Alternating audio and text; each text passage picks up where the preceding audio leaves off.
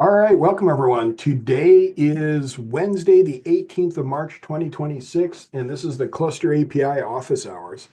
Cluster API is a sub-project of Kubernetes SIGs, and as such, we follow their meeting guidelines, which can basically be summarized as please be excellent to each other.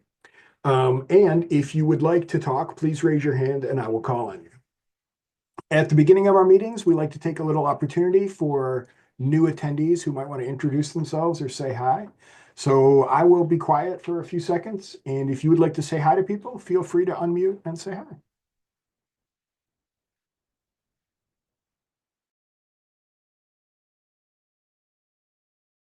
Okay, not seeing anyone unmuting, so we will keep moving. Open proposal readouts. Do we have anyone here who would like to talk about either the independent worker topology or the external CA cert? Not too much. We have PR up, just waiting for feedback. I know there's been a little bit of discussion around that, but yeah, that's it for the worker topology. Awesome. Thank you, Igor. All right, I guess maybe we don't have someone to talk about external CA and certs then. We will move on. All righty, first discussion topic. Lubomir's been working away on this one. So CAPI infrastructure and the working LB prerequisite. Hand it over to you, Lubomir. Yeah, please let me know if I'm breaking up because of bad internet quality.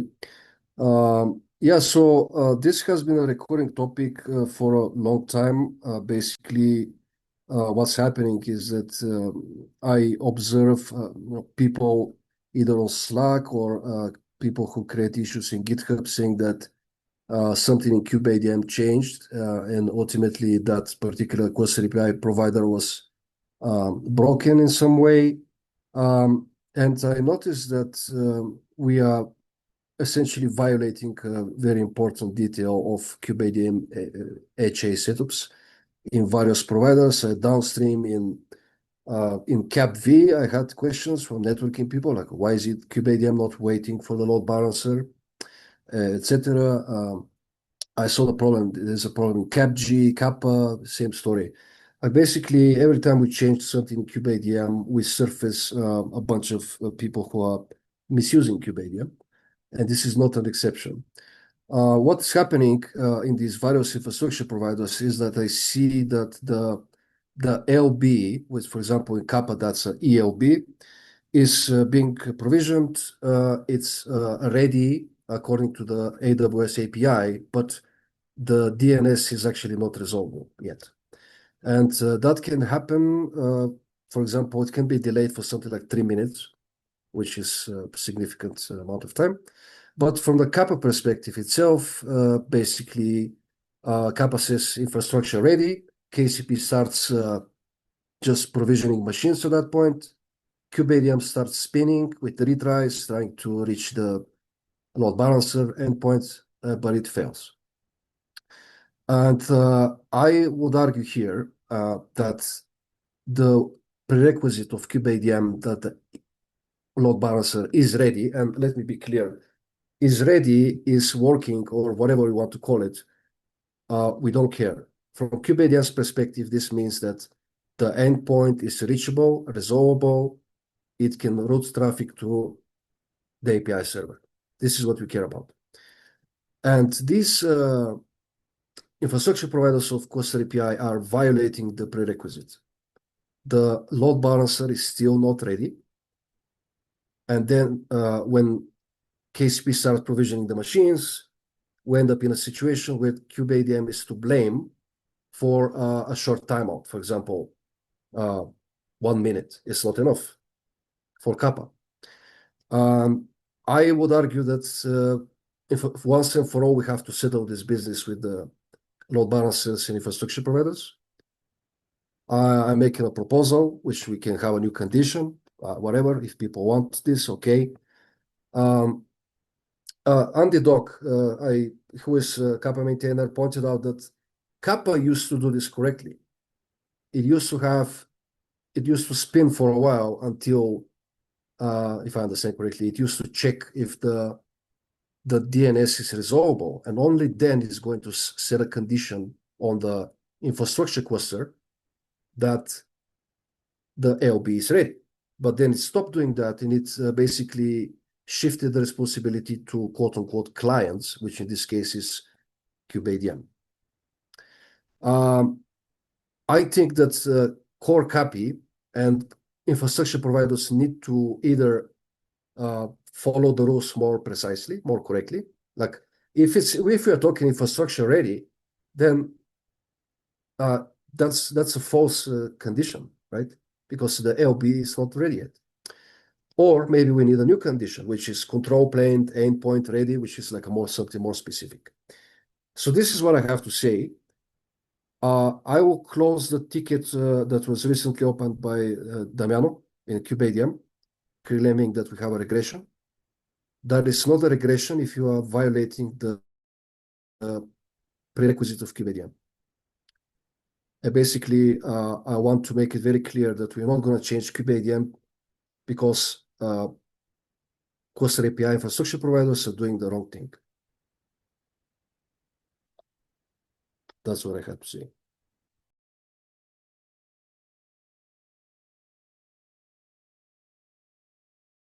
Yeah, Stefan, please. I unfortunately joined too late. I'm going to read up on the issue, but from what I heard from you, sounds right. Yeah. Yeah. Is there a way? So, do we have any representative of CapG or Kappa? Do you agree with the statement that we should not be setting infra ready if it's actually not ready? All right, we got a bunch of hands up here. I believe Stefan, you were first, then Richard, then Damiano. Fabrizio just lowered his hand, I think. So Stefan, you're up first. Oh, I'm already done. I think I lowered my hand again. Okay, yeah. Richard, you're up next.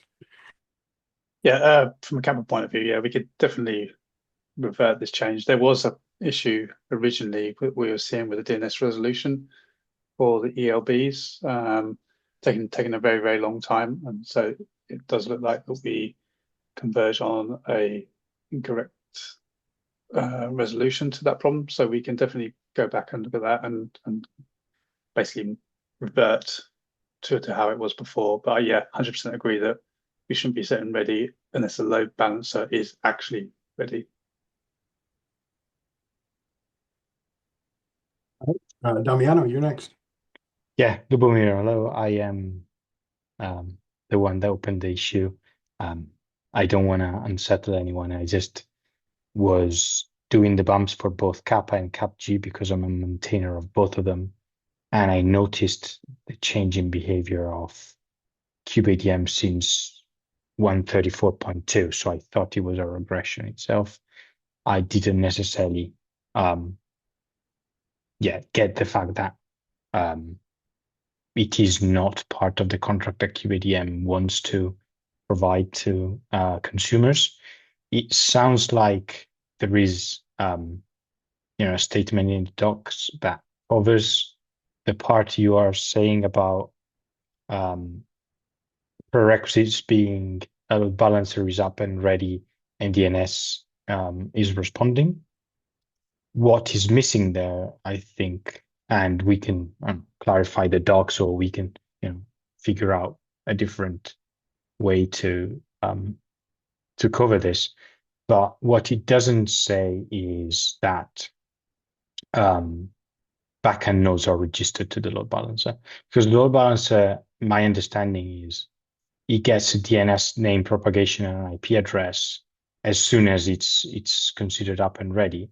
But that doesn't mean it has any healthy targets behind it.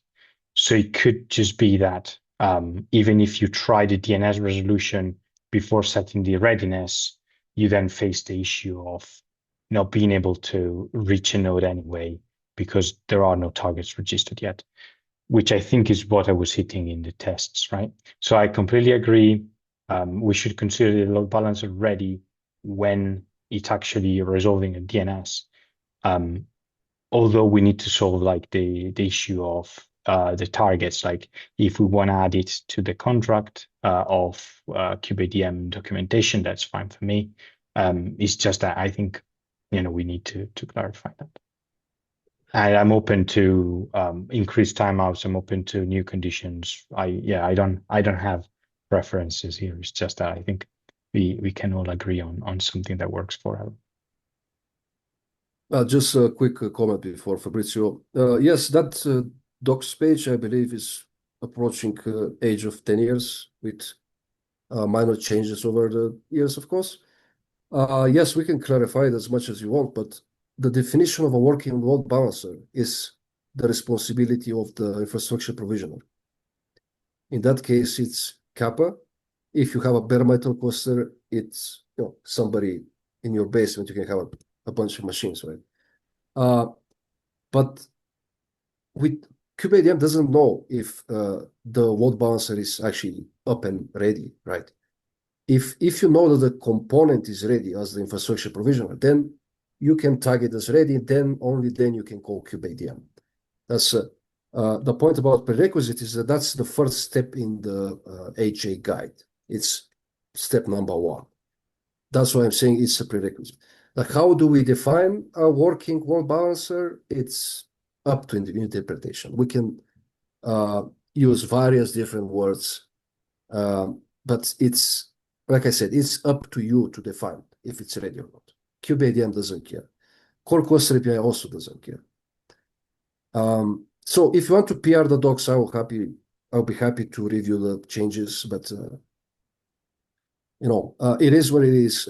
From what I see today, Kappa is asking the AWS API for a ready state.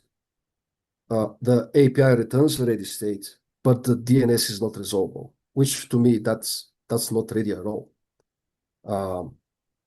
So I don't know what the problem there is, but no, I just want to make that point clear. If it's ready, then it's resolvable also in my book. Yes, the problem with the resolving of the load balancer is, like, you ask the DNS if there is an IP address that is registered with that name. It gives you back the front end load balancer IP address, but then you're not guaranteed to have it rerouted to a correct target backend, right? So I agree. It's a subtlety of how the load balancers are implemented, but it's quite an important one that bridges between it being resolvable as a control plane endpoint and it's not being resolvable, right? So I'm fine with finding a different solution. Is not a problem. I was going with the assumption that a working load balancer meant having a control plane behind it responding to, in one of the target backend instances to the requests of the kubeadm init, right? Not necessarily. I don't see it like that. Components, a load balancer component in cloud providers like GCE, like AWS, that's a load balancer is a component. It's if it's ready, then it's ready to serve traffic. Like the DNS resolution problem, it's an infrastructure problem. It has to be resolved in the infrastructure provider for CAPI. We shouldn't be shifting this. What I'm saying is, sorry, go on. Yeah, we shouldn't be shifting the responsibility to the kubeadm timeouts, to the client. Yeah, I agree. What I'm saying is, I think even if we revert the PR that we had on Kappa, where we were waiting the resolving of the DNS name, we would still hit this issue at the moment, because it is not due to the fact that we are unable to resolve the DNS of the front end of the load balancer, is because we don't have registered target instances yet behind the load balancer itself. This is what I observed in my testing. So okay. Yes, that's fine. That's fine. You don't. The point is that if you know that this already works, you don't need to care about the API server not being started yet. The point is that if you know that the DNS is going to work, if you know that the API of Kappa, sorry, AWS is already returning ready, if you know that, if you have a set of assumptions that are good, then you can say the load balancer is ready and you can run kubeadm. But if you cannot, if you're just running kubeadm, that's that's not the correct way to do things, I would say.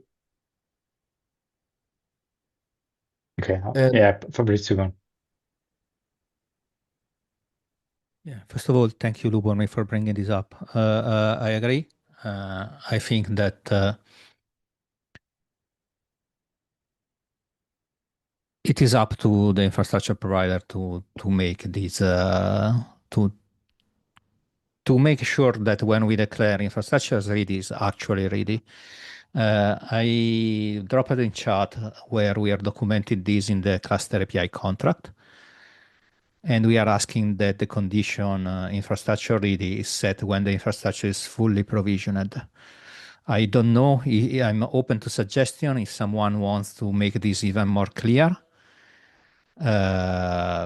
Open to suggestion. Maybe I will give a stab at it, but I think that the infrastructure, the requirements for Kubernetes are well known and mostly and basically the same since a long time.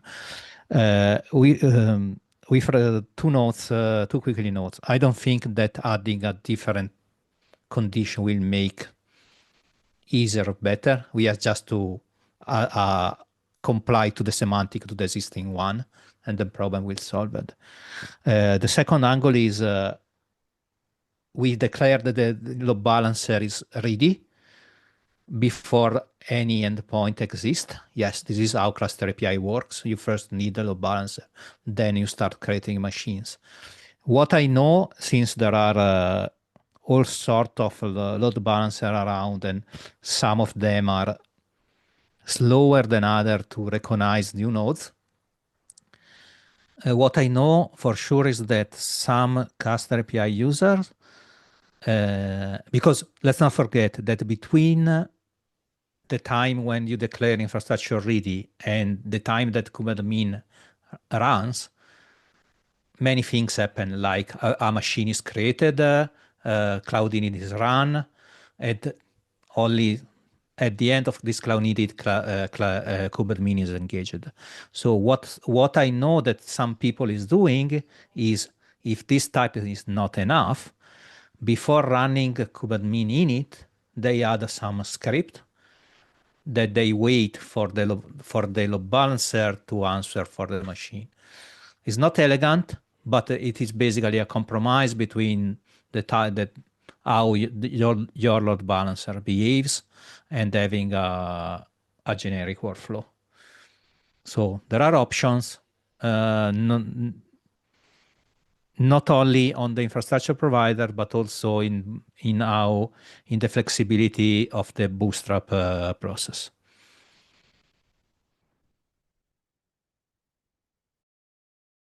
Yeah, Lubomir.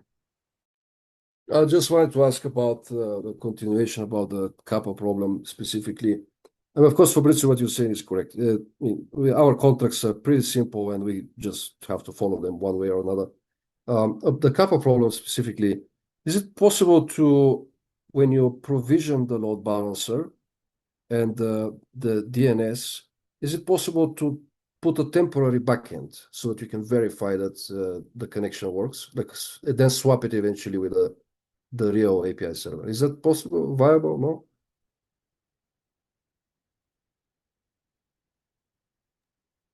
Yeah, maybe. We would need to verify, I guess. One thing that I know is working, because I had a workaround in place to prove the theory before opening the issue, is that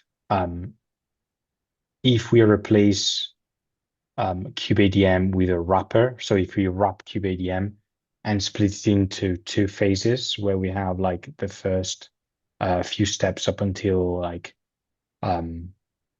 wait control plane, and then we do a wait, and then we do the rest of the steps like upload config and all the other ones, the phases, that makes it working. I don't think doing a pre-kubeadm before completely running init and wait for the load balancer to be up would be sufficient, because for the first node to be behind the load balancer, and it to be like initialized correctly, we would need to run kubeadm in it at least once.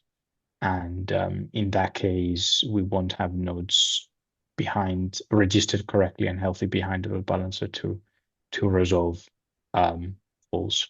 I guess one thing we can do is, yeah, like you say, try and fake the first node behind the load balancer itself when we do register and bring it up, and then do the init and be able to resolve the first init wait for control plane call through that, and then come up with all the other nodes behind it. But yeah, I'm not sure. We would need to try and think of if there are any solutions that way. I know the two things that worked were increasing the overall timeout for kube API calls to like 3 minutes, for example. So then in between wait for control plane and the next one, which is upload config, you would wait for the time for the instance to register behind the instance with the control plane to register behind the load balancer. And then with the next upload config, you get something behind the load balancer to answer the call. Or yes, this wrapping where we do a sleep, which is essentially the same thing. But yeah, I'm not sure controller wise if we can do anything prior to setting infrastructure ready to fake a node behind it and then replace it or something like that. Yeah, I just want to recommend to you to not to avoid splitting kubeadm into phases. That's as much as it's powerful. If you're doing it, you're probably dealing with some sort of a workaround. It's an indication that you're doing something wrong and the problem is elsewhere. Like in this case, it's DNS resolution. About the DNS resolution part, so there's this is for I don't have good understanding of this. If there's no API server behind the LB, the DNS will not resolve. Is that what happens? No, I think the DNS does resolve, because the DNS resolves as soon as the load balancer front end gets an IP, right? And when you provision a load balancer, you normally have a front end IP, and that is what is assigned in the DNS record as what is resolvable. And then you have the target groups in the backend itself. And in the target groups, you can have instances, but the instances only register as targets where the traffic is routed as soon as they have passed the health checks. And for them to pass the health checks, they need to be running on them a fully working API server, which only happens when you have successful initialized one, right? So that is the chicken and egg problem. Yes, I would assume that the AWS machinery, routing machinery will do its magic. But if you do the API call about the object being ready, and then you also do the DNS resolution, I would assume that at that point, this is an endpoint that is a valid one. And you can, but how are you saying that it takes time for these routers to start working? It's just the time for the Kube API server to come up and the node to register and pass the health checks. So one thing is we in Kappa and also in CapG, we have these timeouts, which are number of times it needs to take a node behind the load balancer to pass the health checks. So it's maybe like 3 to 5 times over the period of like 5 seconds. So you basically check every 5 seconds for 5 times. So you do 5 times 5. And that is what you're overall waiting on to see if your API server works.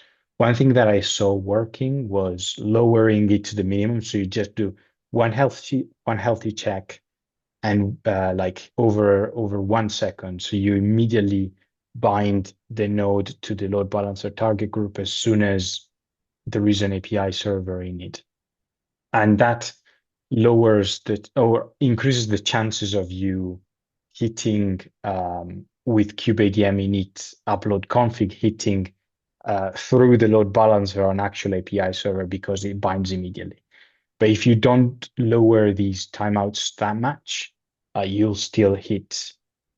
Yes, you resolve the DNS, you go up to AWS route 53, it gives you back the IP address that belongs to that record, but the IP address is of the front end, and then in the back end of that load balancer, there is nothing there. And so kubeadm gets the IP from the resolution, tries to use that external IP that hits the load balancer front end to resolve the call to the API server, but never reaches an API server because they are not bound yet behind the scenes to the load balancer target groups. And this is the case for both AWS and GCP. So this is the chicken and egg problem I was talking about, right? Like you cannot, and unless you wait between the two phases, you cannot do that. And you cannot do that because you need to run init anyway on the nodes for it to be then attached to the targets. So that's this chicken and egg issue. Well, you might as well just, I don't know what version you have running right now, but you might as well just try to increase the kubeadm timeouts. You already considered that.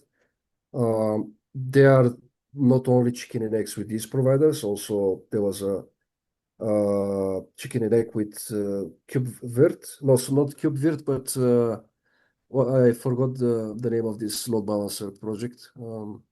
Metal, LB. No, what was the AGB maybe? Is it a new one? no? Anyway, I forgot.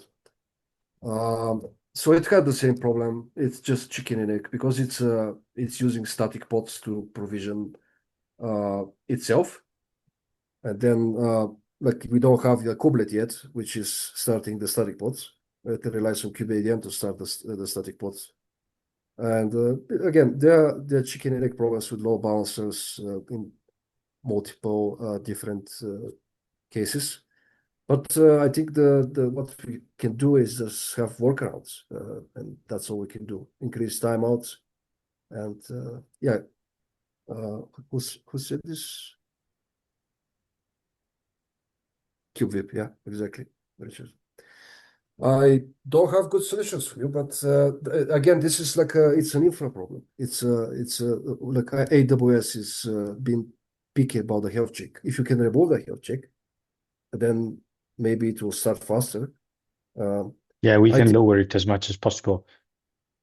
yeah, I think on a recent like modern VM, healthy, like not starved machine, Kube API server will start in about 4 seconds, I think. So it's pretty fast. Yeah, there's actually like with the health check and everything, it's like 5 seconds pretty much.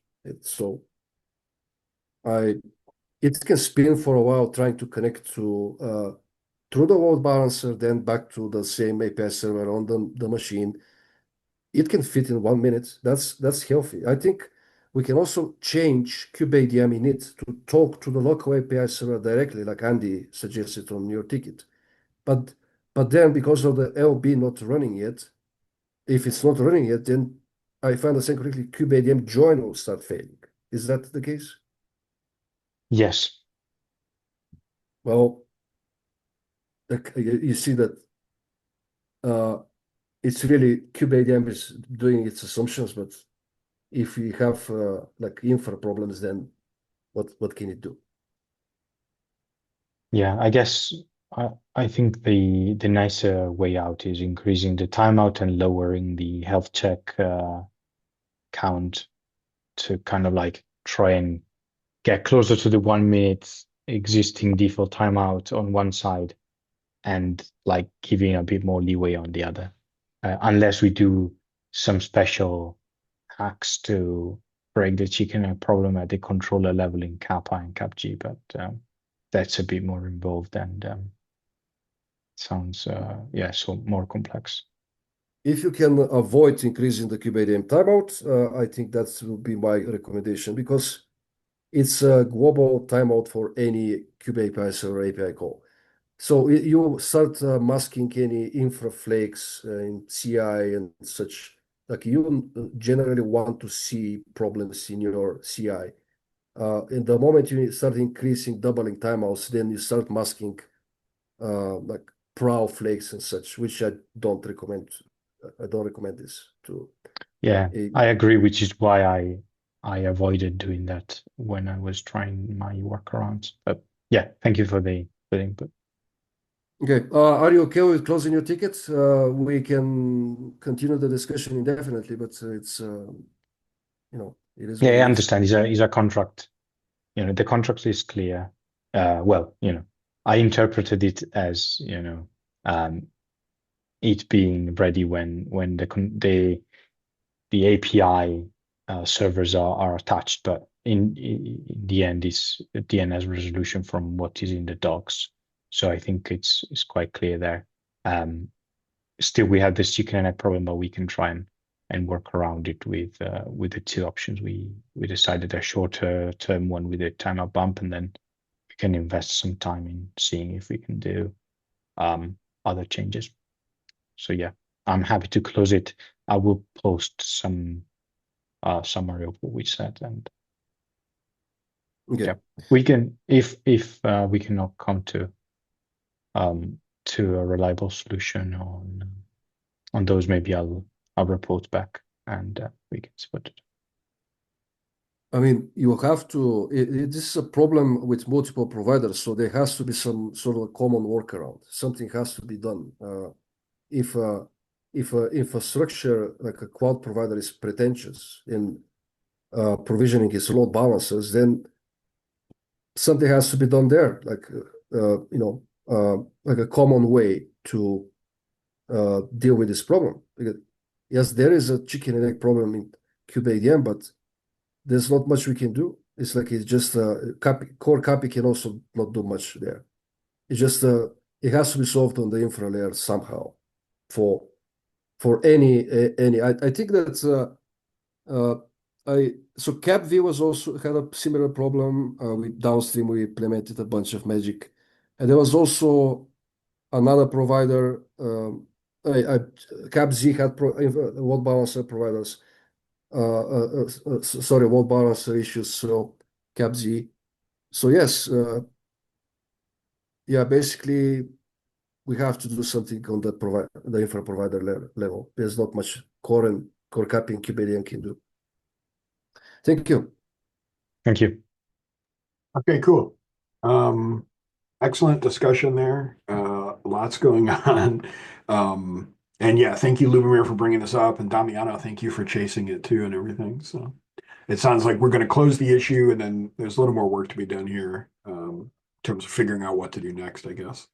And it would be nice to have a common way to deal with it too. Okay, does anybody else have questions or comments? I think probably we spent enough time on that. Probably a good time to move on. Yeah, sorry to ask a question here. Do we need to document this in Cluster API because of the problem of multiple providers and people using providers asking questions about this all the time? I feel like that's kind of what Fabrizio was talking about before when he was saying we could improve the docs around the infrastructure initialization. So if someone would like to look at that, it sounds like if we can come up with a way to improve the documentation, we could review it and see if it works. Damiano, since you brought the topic, do you want to add a paragraph in there just to clarify the picture for people? Yeah, sure, I can. Thank you very much. Do you mean in the kubeadm docs or in the CAPI infrastructure readiness? Yeah, docs? copy infrastructure book page. Basically, it's like a short note. Hey, like this is a prerequisite. Sure. And you have as a provider, you have to deal with it to not say ready before it's actually ready. Maybe. Can do. Yeah, sounds good. Yeah, I guess it's like expanding on the meaning of readiness. Right. And I think, given the experience you have on this too, Damiano, like you've kind of seen all the details and everything. So being able to describe clearly in those documents, like what can happen or what should happen, that's probably going to be really helpful for people. Sounds good. Okay, cool. We will move along then. Fabrizio, you've got the next topic. Should we cancel next week? Yep, it is KubeCon. A few of us will be there, and this is what we usually do. So Yeah, unless there's any objections, we will carry the motion forward. see you in Amsterdam then. So the next meeting, do we want to resume meetings on the 1st of April then? Or would the next meeting be like 2 weeks after that? 1st of April works for me. Okay, sounds good. Everyone bring your best April Fool's jokes, right? Okay. Joe, you've got the next one with a question on the status of machine pools. Yeah, this is just me coming back into the project, not knowing where things are. I think machine pools are still experimental. I remember there was a question a while ago about who supports machine pools as well as who supports deleting a single machine in a machine pool, I think. So I just didn't know the state of machine pools and if they're still considered CAPI experimental. Please, Richard. Yeah, they're still considered experimental. There is a working group to try and move them from experimental to GA. Basically, get all of the things done and bring it more in line with the machine deployments. So we meet it's every week or every other. No, it's every 2 weeks. And there's a few tracking issues as well, and a document where we're listing all of the things that we need to get through to get to that point. But yeah, still very much experimental, and in need of people to help contribute and maintain it. Matt, please. Yeah, and we the working group did meet yesterday, and things are moving forward a bit slowly, but we are making progress. And you asked about who supports individual machine deletion, and I think we did merge a doc a while ago that has a little matrix that will explain that. I don't know exactly where it is, but if you search the current docs, there should be a little matrix saying which providers support machine pools and which support machine pool machines, which is the thing that allows you to work with an individual machine or delete it. So that should be in the docs somewhere. Sorry to be hand wavy about it. No, that's perfect. That's where I am right now. So that's the perfect level of insight that I need. Great. And in case you didn't see my comment in the agenda, Carpenter only supports machine deployments currently. It doesn't support like directly manipulating machine sets or machine pools. Okay. But if that's something that people want, we could certainly look into adding. Okay. And then the Carpenter provider, is that also a working group as well right now? No, we ended the working group for the Carpenter provider once we solidified the design, and now it's just a project that is sponsored by SIG Cluster Lifecycle. So we just released a 0.2.0 release a few months ago, and I think we'll probably be working towards another release. But yeah, it's working at the moment. We just need to kind of get our cadence up and everything. We have a few bugs we're working through. Awesome. Thank you all so much. Yeah, no worries. Okay. I guess this is a general one. CAPI v1.13.0 beta O is available. Does anyone want to talk about that? Anyone from the release team? Or looks like there's a lot of stuff on it. If there is no one, basically this is our beta release. This is when we start the phase where we slow down and we try to consolidate and look at quality. So that's it. As usual, CI always need love. Looks like another banger release though. There's like a ton of stuff in there. I'm always amazed at the number of like just things we're able to get in these releases.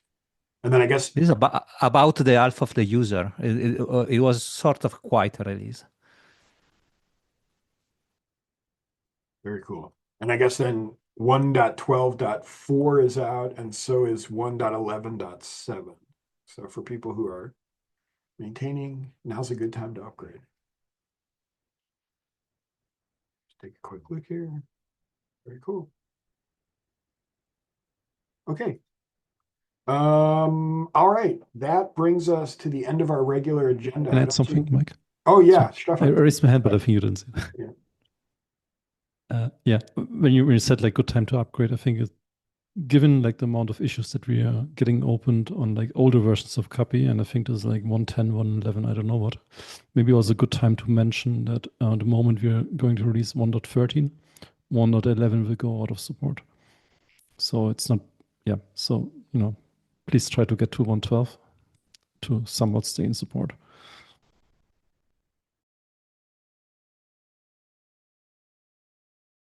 Is an excellent PSA, and I feel that we need to, Damiano, we need to get that patch on the CapK provider cleaned up. Okay. Alrighty. Does anyone else have questions or comments or things before we wrap up here? There's no provider updates, no feature group updates. So unless we want to Quick talk run. about I forgot to add. We release also Cap V 116 beta, already using the Capi beta. So far, so good.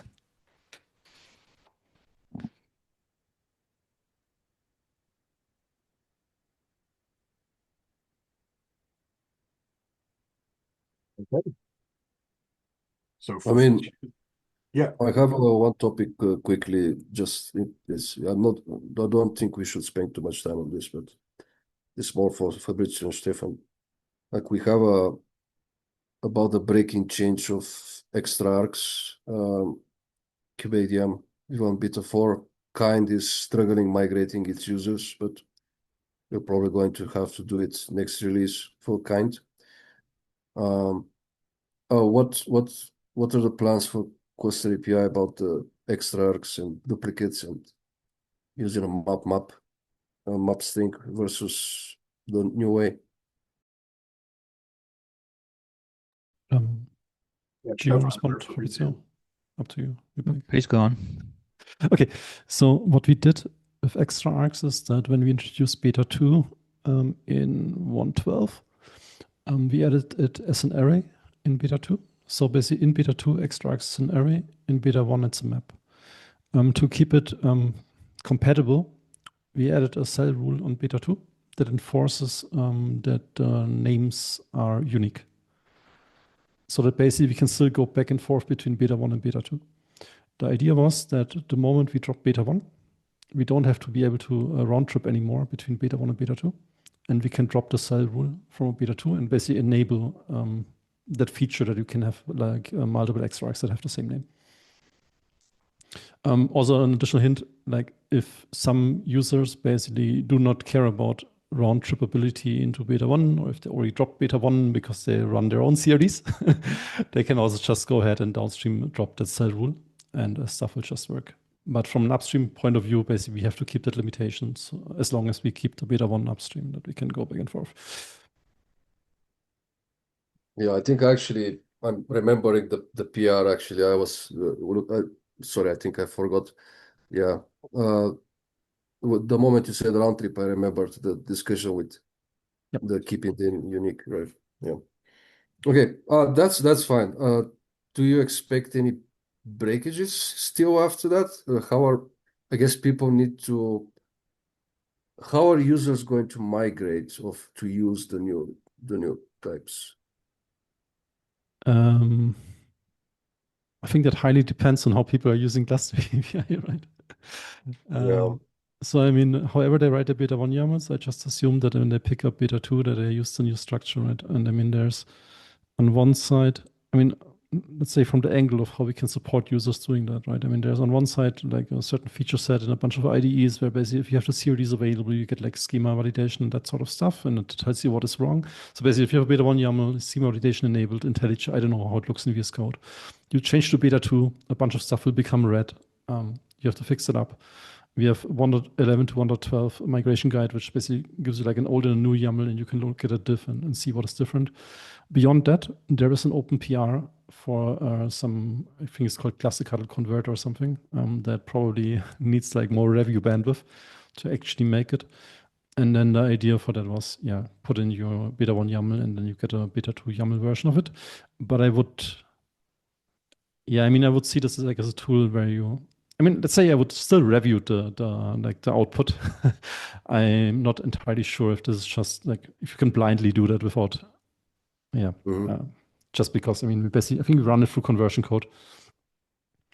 And I'm just not 100% sure how robust it is or if there are edge cases that we're missing. But I think that's what we're currently providing to make it easier.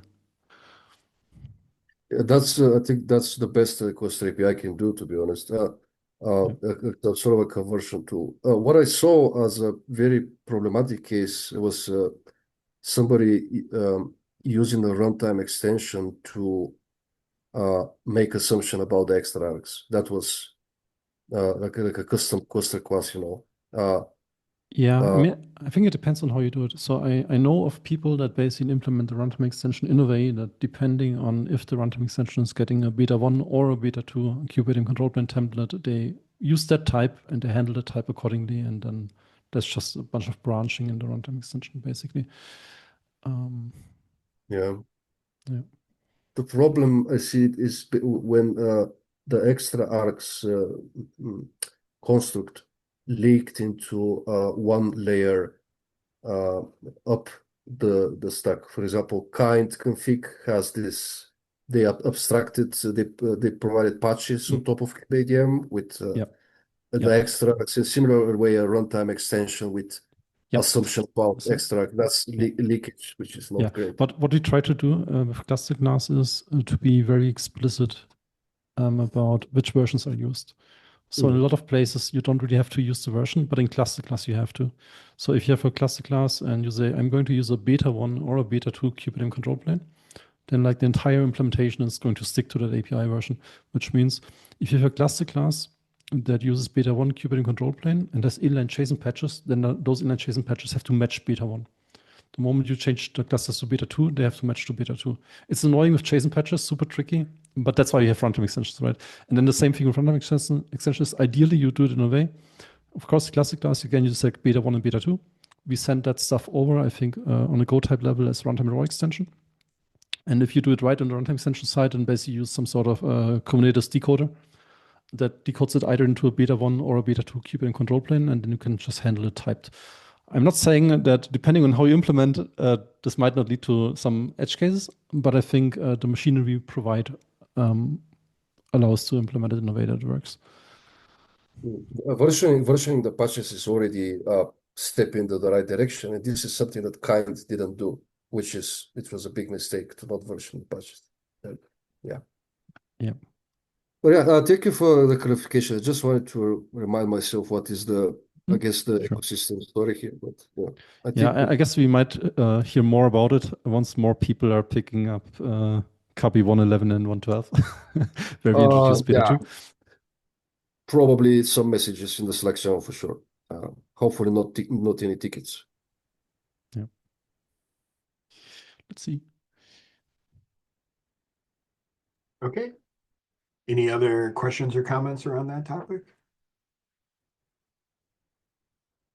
All righty. Not seeing any hands going up. Well, that brings us to the end of our meeting. Lubomir, I'll give you one more chance here. You still got 5 more minutes to ask a question. So. Well, I'm good. Thank you. Okay. All right. Great.